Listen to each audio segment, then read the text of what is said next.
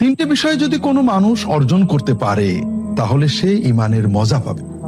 প্রথম হলো আল্লাহ এবং তার রাসূল তার কাছে বিশ্বের সব কিছু থেকে সবচেয়ে বেশি প্রিয় হবে। 2 নম্বর, কোন মানুষকে ভালোবাসলে শুধু আল্লাহর জন্যই ভালোবাসবে, আল্লাহর জন্য ছাড়া তার হৃদয়ে কোনো ভালোবাসার স্থান থাকবে না।